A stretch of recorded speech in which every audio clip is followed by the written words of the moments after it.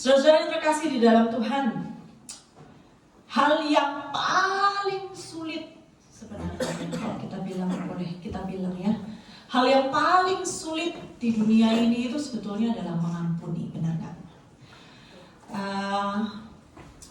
Mengampuni itu mudah sekali diucapkan, minta maaf itu gampang, dan membalas, oke, saya maafkan itu juga gampang. Tetapi yang paling tahu apakah kita benar-benar sudah mengampuni atau belum ya diri kita sendiri. Kadang-kadang mulut kita bilang, ya sudah oke, saya maafkan kamu bersalah, saya maafkan. Gampang. Ya, kadang-kala kita juga mengatakan itu karena kita rasa tidak enak hati ya. Karena hati kita mungkin merasa sungkan atau kita merasa ya sudah, dia sudah minta maaf begitu kan. Tetapi benar-benar melepaskan pengampunan, benar-benar mengampuni itu tidak bisa 1 detik, 2 detik semudah ketika kita mengucapkannya. Adakah di tempat ini yang pernah merasa sakit hati? Berapa orang sakit hati? Yang pernah sakit hati? Oh. Ada yang gak pernah sakit hati ternyata. Ya Allah, Superman ya. Superwoman. Oke. Adakah di tempat ini yang pernah merasa kepahitan? Kepahitan itu lebih dari sakit hati. Saking pahitnya sampai masih teriang-iang, sampai masih, kalau kita bercerita gitu ya, rasa pahit itu kita ceritakan, itu rasanya masih sesak di dada. Adakah yang pernah ya, atau sampai saat ini masih merasa kepahitan? Kalau sakit hati pernah. Kepahitan ada nggak yang menyimpan rasa pahit sampai sekarang? Ada nggak? Oh, luar biasa jemaat Umsong ya. Luar biasa, tidak ada yang suka menyimpan akar pahit ya. Luar biasa. Berarti firman Tuhan hari ini bukan mengajari Anda karena Anda sudah bisa lepas dari rasa pahit, tapi meneguhkan apa yang sudah Anda bisa lakukan ya. Banyak orang datang kepada Tuhan, kemudian mereka bercerita kepada Tuhan. Dia itu loh Tuhan, orang yang saya percaya. Sudah kuberi hatiku, sudah kuberi semuanya, kepercayaanku. Perasaanku ini mahal, tapi kuberikan kepada dia. Tapi apa yang terjadi? Aku ditikung, aku ditusuk dari belakang. Pernah mungkin kita datang kepada Tuhan. Dia itu loh Tuhan, orang yang sangat saya cintai, orang yang sangat saya perjuangkan, orang yang sangat sudah semua saya korbankan untuk dia. Tetapi semakin saya cintai, semakin saya perjuangkan, ternyata mereka lah yang memberikan rasa sakit paling dalam. Benar ya? Justru yang tidak dekat ketika menyakiti kita, mungkin kita rasa biasa. Karena ya namanya aja nggak akrab. Tidak dekat, tidak akrab. Sehingga ketika disakiti kita rasa biasa saja. Tapi dia ini suami saya, dia ini istri saya, dia ini pacar saya, dia ini orang tua saya, dia ini anak saya, saudara saya, sahabat saya. Dan semakin banyak, semakin dekat, semakin dekat, semakin apa yang mereka lakukan itu kok semakin menyakiti saya. Teman-teman yang terkasih, kepahitan, rasa sakit itu seperti menjadi unfinished business. Bisnis yang tidak pernah selesai dalam kehidupan kita. Nah, mungkin beberapa dari kita punya waktu seperti Yusuf. Kalau Yusuf dia bisa punya waktu ya, untuk bisa menyelesaikan apa yang pernah terjadi dalam hidupnya dengan saudara-saudaranya. Ada waktu Tuhan mempertemukan dia dengan orang yang pernah menyakiti dia paling dalam. Yang menyakiti dia paling dalam itu adalah saudara-saudaranya sendiri. Dan Tuhan memberikan kesempatan pada dia untuk menyelesaikan itu. Nah, tetapi ada juga mungkin orang yang tidak bisa menyelesaikan rasa sakit itu. Bisa jadi karena sudah hilang kontak, gitu ya, sudah tidak pernah berjumpa lagi. Atau yang paling buruk, orang yang menyakiti kita itu, atau orang yang kita sakiti itu sudah tiada. Nah, sehingga ketika itu terjadi, pasti ada rasa penyesalan. Mungkin kita pernah melukai orang tua kita dan ternyata kita belum sempat minta ampun gitu ya. Ternyata orang tua kita sudah dipanggil Tuhan. Nah, ini menjadi semacam sesuatu yang sangat berat gitu. Itu sesuatu yang betul-betul akhirnya menjadi berat di dalam kehidupan kita. Nah, Bapak Ibu Saudara yang terkasih di dalam Tuhan, sekilas saya pernah membawakan seminar tentang tentang kepahitan ini, bagaimana menyelesaikan kepahitan waktu itu. Dan pertanyaan yang paling sulit pada saat itu adalah pertanyaan tentang ketika kita belum menerima pengampunan dari seseorang dan ternyata Tuhan sudah memanggil. Nah, kalau seperti itu kasusnya bagaimana? Jadi saya katakan bahwa ya sudah, kalau memang itu sudah terjadi, berdoalah kepada Tuhan. Karena sebenarnya ketika Tuhan sudah memberi pengampunan, maka sudah selesai. Ya, memang kita menyakiti sesama kita. Tetapi sekali lagi, ketika Tuhan sudah memberi pengampunan, ya itu sudah selesai. Tidak perlu menghukum lagi dirimu. Dan kalau memang itu orang yang kita sakiti adalah orang yang kita kasihi, saya yakin Tuhan pun akan memampukan mereka juga sebelum mereka meninggalkan dunia ini untuk mengampuni orang-orang yang pernah menyakitinya. Karena rata-rata orang yang facing death ya, sebelum mereka mati, sebelum mereka meninggal, itu biasanya mereka juga nggak mau simpan apa-apa gitu. Mereka nggak mau terbebani dengan rasa-rasa sakit dan pahit. Sehingga bagi saya selesaikan itu dengan Tuhan saja. Maka ketika kamu punya hutang, ya mungkin persoalan yang belum selesai, unfinished business dengan orang yang mungkin sudah dipanggil Tuhan lebih dulu, minta ampun saja kepada Tuhan. Kalau Tuhan sudah mengampuni, everything is already done, gitu. Jadi nggak ada masalah dengan itu. Nah, Bapak Ibu Saudara terkasih di dalam Tuhan, Kejadian pasal 45 ini sebenarnya adalah salah satu contoh ya, tentang bagaimana Yusuf kemudian menyikapi rasa pahit yang pernah dia alami. Dan bagaimana dia menyikapi rasa pahit itu dengan tuntunan Tuhan. Dia tidak menyikapi rasa pahit itu dengan kemanusiaannya, tetapi dia memang menyikapi rasa pahit itu sebagaimana Tuhan inginkan. Dan ketika kita membaca ya, di ayat yang kedua, ayat yang kedua di situ dikatakan, setelah itu menangislah ia keras-keras. Ya, artinya apa?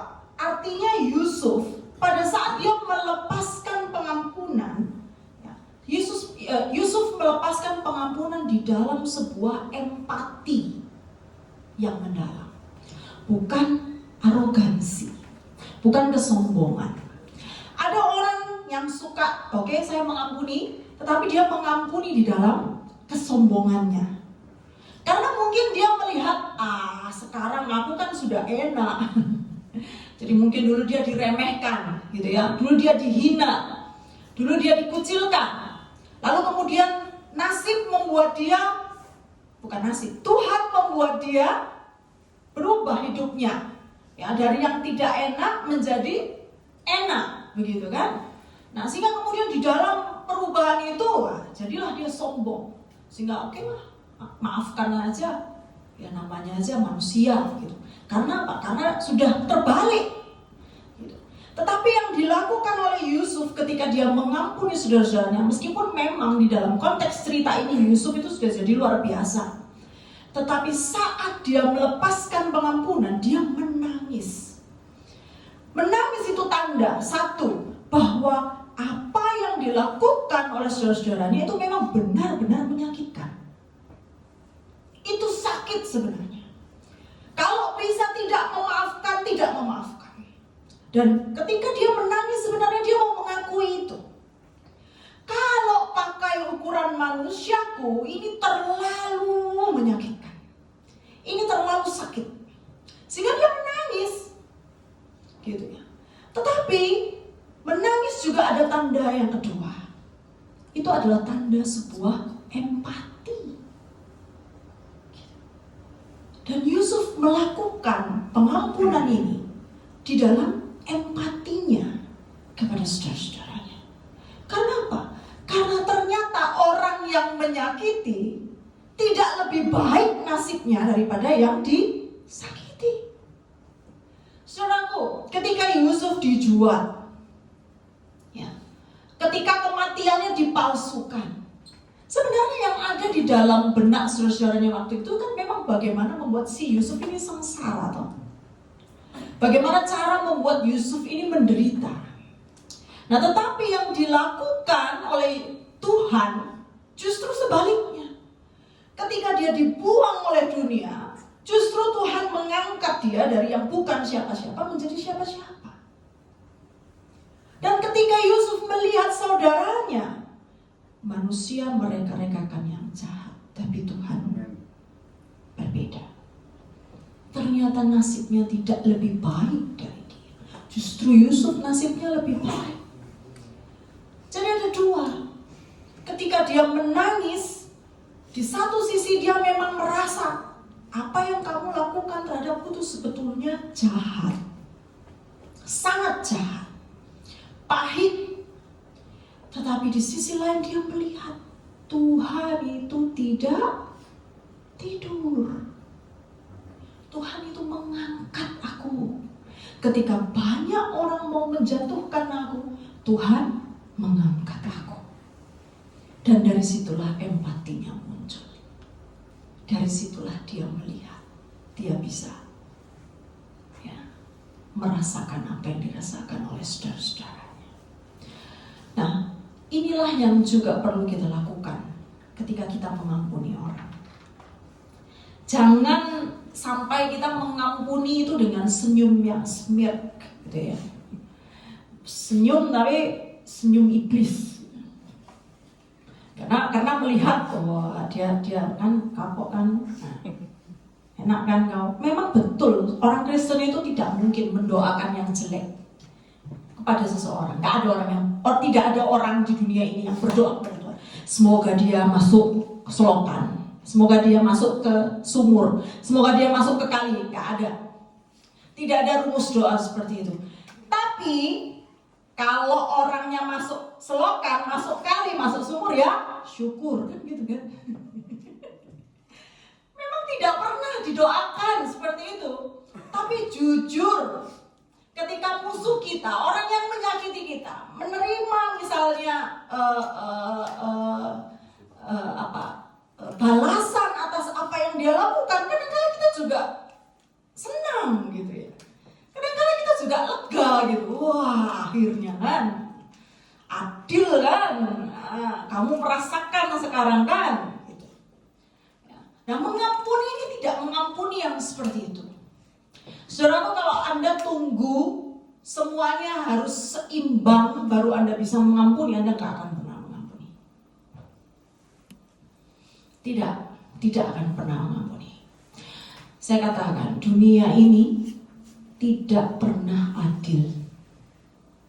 Anda mau tunggu keadilan, tuntut keadilan sampai di ujung muka bumi, dunia tidak akan pernah adil. Selama manusia masih di dalam dosa, tidak ada keadilan. Yang perlu kita lakukan, minta kekuatan sama Tuhan untuk bisa tetap survive ketika kita diperlakukan tidak adil. Kita tetap berusaha menjadi adil ketika kita tidak diperlakukan adil. Itu yang perlu kita lakukan. Kalau Anda tunggu mengampuni saat Anda memperoleh keadilan, no. Sampai kapanpun Anda tidak akan pernah mengampuni. Oleh sebab itu Yusuf memberikan contoh. Mengampuni di dalam empati, bukan di dalam arogansi. Mengampuni memang karena Anda ingin mengampuni. Mengampuni karena Anda tahu mereka harus diampuni dan layak diampuni. Tidak ada seorang pun di dunia ini yang tidak membutuhkan pengampunan, termasuk kita. Dan karena itu Ketika Anda berempati, Anda merasa hal yang sama. Dia bisa membuat kesalahan. Saya pun juga bisa membuat kesalahan. Dia membutuhkan pengampunan. Saya pun membutuhkan pengampunan. Dan itu yang saya maksud dengan empati tadi. Ya, Yusuf memang mungkin tidak berhutang apapun dengan saudaranya. Tetapi dia bisa melihat dalam kacamata yang berbeda. Dia bisa mengampuni dengan empatinya. Dan itu membuat perubahan yang besar di dalam hidupnya. Ya. Mengampuni ya mengampuni saja. Harus cepat-cepat mengampuni. Karena apa? Karena kita nggak tahu. Kita tidak tahu apa yang terjadi dengan hari esok. Apakah kita masih diberikan banyak kesempatan? Apakah orang itu juga diberikan banyak kesempatan di dalam hidupnya? Sehingga ketika Anda sudah mulai bisa berdamai dengan diri sendiri dan cepat mengampuni, mengampuni saja. Gak usah tunggu dulu sampai nanti Anda sukses, ya, Anda hebat, baru Anda bisa mengampuni. Atau tunggu sampai keadilan itu dinyatakan. Jangan. Ketika Anda sudah mulai tenang, Anda bisa berdamai dengan diri Anda sendiri, mulailah untuk mengampuni. Itu hal yang pertama. Yusuf mengampuni di dalam empatinya, bukan arogansinya. Meskipun di dalam cerita ini dia hebat, dia luar biasa, tetapi dia menangis sampai suara itu terdengar di seluruh Mesir. Ya enggak seheboh itulah ya, tapi intinya bahwa di seluruh istana itu bisa mendengar rawannya. Karena memang dia merasakan sakit ketika dia dijual oleh saudara-saudaranya. Tetapi pada saat yang sama dia juga sakit ketika melihat orang yang mencelakai dia ternyata tidak lebih baik nasibnya dari dia.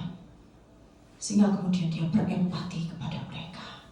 Bukan kemudian dengan kesombongannya dia mengampuni mereka. Itu yang pertama.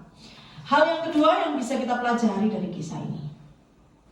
Pengampunan ternyata membuka jalan bagi kita untuk melihat kehendak Allah. Saudaraku, kalau Yusuf tidak mengampuni, dia tidak bisa menyimpulkan bahwa segala sesuatu yang terjadi di dalam hidupnya itu diizinkan oleh Tuhan. Karena Tuhan punya maksud di dalam hidupnya. Orang yang masih menyimpan akar pahit, dia hanya melihat semuanya itu gelap. Dia hanya melihat semua itu kebencian. Tetapi kalau dia mampu mengampuni, baru dia bisa melihat, oh iya, ternyata memang harus saudaraku itu menjual aku supaya aku bisa jadi alat Tuhan untuk menolong mereka suatu saat nanti. Saudaraku, kalau Anda belajar mengampuni, Anda mau mengampuni, Anda menjadi jalan Tuhan untuk menunjukkan kehendak Tuhan terhadap orang-orang yang menyakiti Anda. Anda bahkan memperkenalkan siapa Tuhan yang Anda sembah kepada orang-orang yang menyakiti Anda. Dan kalau itu tidak dilakukan, mereka tidak akan punya kesempatan itu. Dan ini yang Yusuf lakukan. Ya. Dia sadar bahwa Tuhan mengizinkan itu. Tuhan yang berkuasa mengizinkan kemalangan terjadi padanya. Tuhan yang berkuasa mengizinkan, gitu kan, saudara-saudaranya untuk melakukan hal-hal yang jahat terhadap dia. Tetapi Tuhan yang berkuasa juga tidak pernah lepas tangan dari dia. Tidak pernah lepas tangan dari hidupnya. Dan ketika dia sadar bahwa semuanya itu atas seizin Tuhan, maka barulah otaknya, hatinya mencari apa maksud dari semua ini. Tetapi banyak orang itu hanya ketika mereka disakiti, mereka itu fokusnya pada rasa sakitnya saja. Kenapa orang sulit mengampuni? Karena dia hanya fokus kepada rasa sakitnya. Ketika misalnya Anda diputuskan pacar, ya, sudah 3 tahun. Dulu ketika menyatakan cinta sudah pakai nari-nari India, sudah pakai wedding organizer gitu kan, sudah heboh, keluar duit, hadiah. Nah, hadiahnya modalnya sudah keluar banyak, ya, emas berkarat-karat sampai karatan, ya, semua sudah dikeluarkan. Ujung-ujungnya Anda ditikung. Ternyata dia mendua. Ternyata ada yang lebih ganteng dari Anda, atau mungkin lebih kaya dari Anda, ya, sehingga Anda tersakiti. Saudara, orang yang disakiti umumnya fokusnya dia menghitung apa yang sudah dia keluarkan. Saya sudah mengeluarkan sekian ringgit, saya sudah mengeluarkan sekian rupiah, saya sudah mengeluarkan sekian won, sudah kujual itu semua, rumahku, mobilku, hanya demi cintaku padamu. Tapi ternyata kau menduakan aku. Fokusnya hanya di rasa sakit. Kalau fokusnya di rasa sakit, boro-boro mikirkan kehendak Tuhan. Gak ada itu. Ya. Tapi orang itu kadang senang tenggelam di dalam rasa sakitnya, bahkan berlomba-lomba menjadi yang paling mengenaskan di antara yang lain. Contoh, banyak orang itu kalau cerita berlomba-lomba. Contohnya, sedih banget aku. Kenapa? Aku barusan ditipu temanku 1 juta. Kecil itu 1 juta. Aku 2 juta.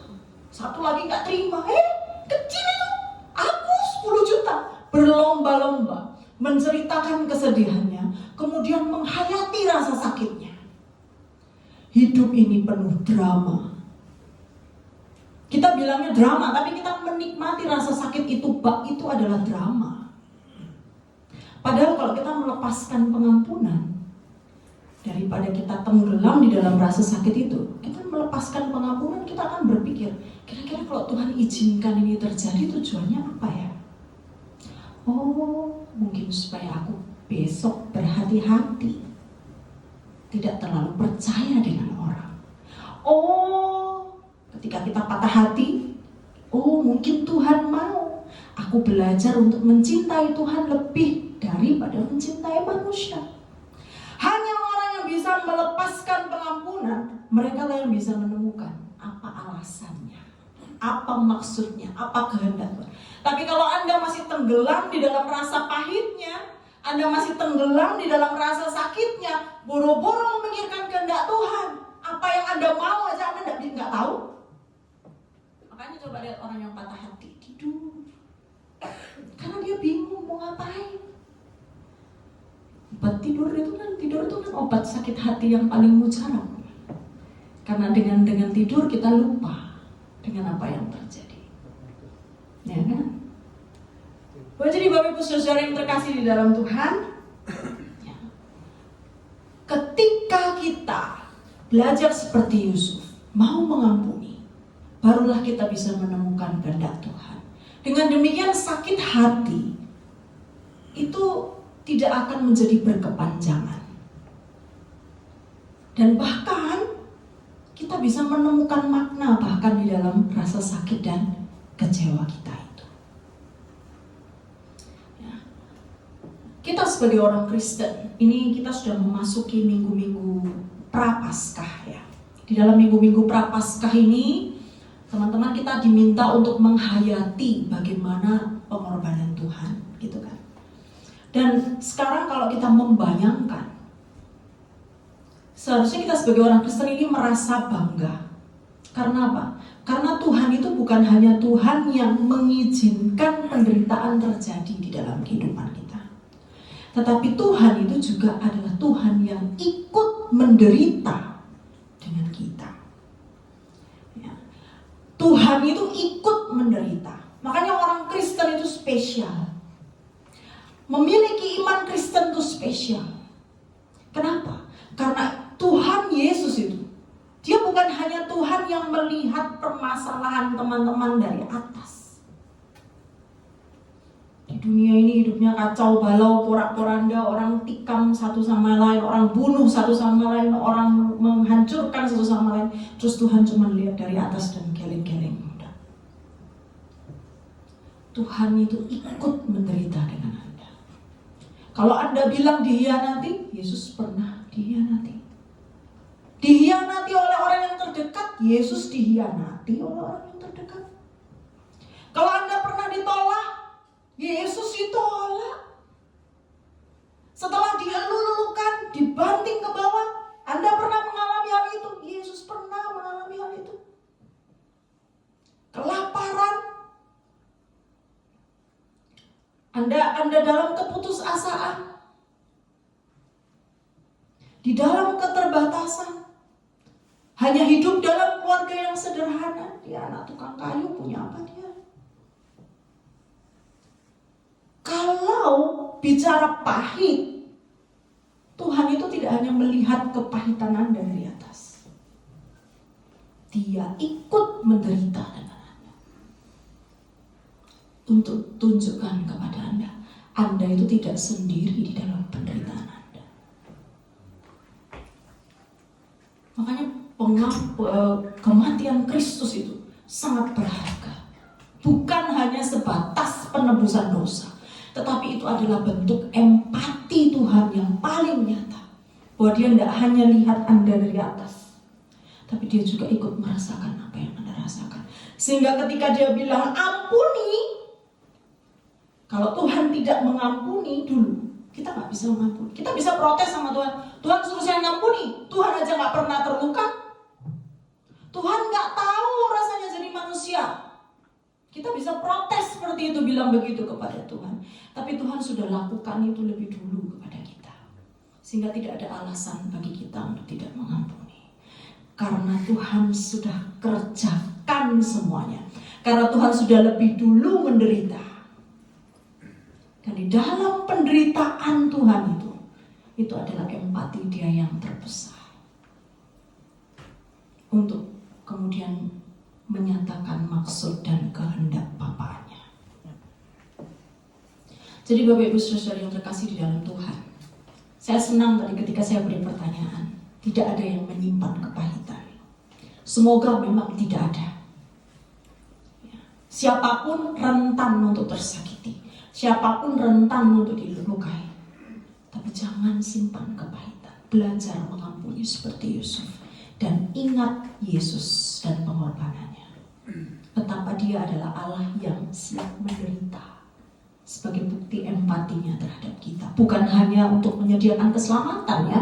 Keselamatan sudah pasti. Tetapi dia mau menunjukkan bahwa dia juga mau merasakan apa yang Anda rasakan. Apa yang Anda alami pernah dia alami. Sehingga ketika dia mengampuni, Yesus mengampuni juga di dalam kemanusiaannya ya. Karena ketika dia disalibkan, mati untuk dunia, itu nggak mati pura-pura gitu. Ya. Ketika dia dicambuk, itu sakitnya beneran. Berdarahnya itu bukan berdarah sirup ABC yang keluar, sebut merek jadinya kan. Atau sirup marjan atau sirup apa yang ada di Malaysia yang terkenal yang warnanya merah. Itu memang darah yang tertumpah dan yang tercurah. Itu kesakitan yang nyata. Bukan karena dia kemudian Allah, kemudian dia bisa menghilangkan rasa sakit itu. Enggak. Kalau itu dihilangkan, keselamatan itu enggak berlaku. Dia memang mengalami kesakitan itu. Dia menanggung kesakitan itu. Untuk menyatakan pengampunan dosa. Dan karena itu kita, ya, karena Tuhan saja sudah mau merasakan itu, apa hak kita kemudian untuk tidak mengampuni saudara-saudara kita. Saya akan tutup firman Tuhan hari ini dengan satu cerita tentang burung elang. Mungkin teman-teman pernah mendengar cerita ini. Jadi elang itu untuk supaya dia bisa hidup sekitar 80 tahun, dia punya fase, ada dua kali fase hidup. Fase hidup yang pertama itu di 40 tahun pertama.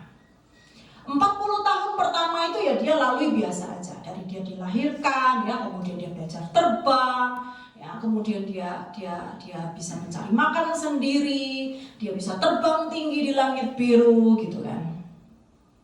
Nah, tetapi setelah 40 tahun, ya sama seperti kita, ya. Kalau kita itu kan kuku panjang bisa digunting, rambut panjang bisa dipotong. Ya.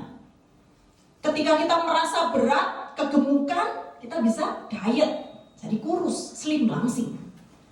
Tapi elang nggak bisa begitu. Elang nggak bisa begitu. Kenapa Kak? Elang nggak bisa begitu. Ya. Semakin tua, bebannya semakin berat. Paruhnya ini semakin tebal. Ya. Kalau anjing, ya kan, rambutnya gondrong bisa grooming. Ya kan, banyak pet shop. Dia kan hewan yang bisa kita pelihara. Tapi siapa bisa pelihara elang? Nggak ada. Ya. Kemudian bulunya semakin tebal, semakin berat. Ya udah, dia harus mengakali itu. Kukunya juga, ya, namanya kuku ini kan bertambah panjang. Kan tidak ada alat potong kuku untuk burung elang, nggak ada gitu ya. Nah sehingga di dalam usia 40 tahun, kalau dia masih mau lanjut hidup lagi, dia mau melanjutkan hidupnya, elang ini, dia mesti pergi naik ke puncak gunung. Kemudian hal yang pertama dilakukan adalah menghancurkan paruhnya. Karena paruhnya itu tambah lama panjang dan itu agak bengkok sehingga kesulitan dia mengambil makanan. Nah, jadi supaya dia bisa makan dengan baik, gitu ya, dia harus naik ke atas gunung, kemudian mengantuk-antukkan paruhnya ini pada sebuah batu. Pukul-pukulkan begitu ke batu sampai terus pecah. Sampai pecah. Ya, sampai pecah. Lalu kemudian dia menunggu sampai muncul paruh baru. Dan di saat dia menunggu dia tidak makan. Siapa bisa makan? Paruhnya sudah tidak ada kan. Tapi dia harus menunggu sampai paruhnya ini kemudian pulih kembali dengan bentuk yang lebih ideal, karena bentuk baru. Nah setelah paruhnya ini sudah sehat, dia mulai cabutin bulunya. Satu-satu bulunya dicabutin. Karena kan berat tadi. Kalau misalnya tidak seperti itu dia tidak bisa terbang. Dia cabutin satu bulunya, yang mulai dia mulai cabut satu-satu. Bulunya sudah bisa, dia beralih ke kukunya. Dia cabutin satu-satu dengan paruhnya. Saudara, melepaskan pengampunan itu seperti itu. Anda merasa sakit. Siapa bilang itu nggak sakit? Orang tuh menyakiti kita itu menyakiti betulan. Tetapi kalau seandainya Anda tidak melawan diri Anda nggak akan bisa terbang tinggi. Anda tidak akan bisa melanjutkan hidup. Anda akan stuck. Anda tidak akan berbuah. Hidup Anda hanya berputar-putar di dalam masa lalu yang kelam. Tapi kalau Anda berani seperti elang, Anda berani menahan diri Anda. Mungkin itu memang menyakitkan ya. Anda melawan diri Anda sendiri, melawan kemanusiaan Anda, melawan kebencian di dalam hati Anda. Tetapi ketika Anda berhasil, maka Anda akan mendapatkan kehidupan yang baru. Dengan melakukan semua itu, elang bisa kemudian melanjutkan hidupnya 40 tahun lagi. Dia bisa menjadi seperti elang yang baru. Dia bisa mencari makan, dia bisa terbang tinggi, dia bisa dengan gesit kesana kemari tanpa beban. Tetapi ketika kita memilih menyimpan rasa pahit, ketika kita memilih menyimpan kesakitan, kebencian, Anda mungkin akan mati. Anda hidup tapi Anda mati. Karena rasa pahit itu mengakar. Dan yang paling buruk itu menjadi penyakit. Banyak studi mengatakan orang yang sakit kanker, salah satunya adalah karena dia tidak mampu mengampuni. Serius. Tidak mampu mengampuni itu menjadi penyakit ganas dan mematikan.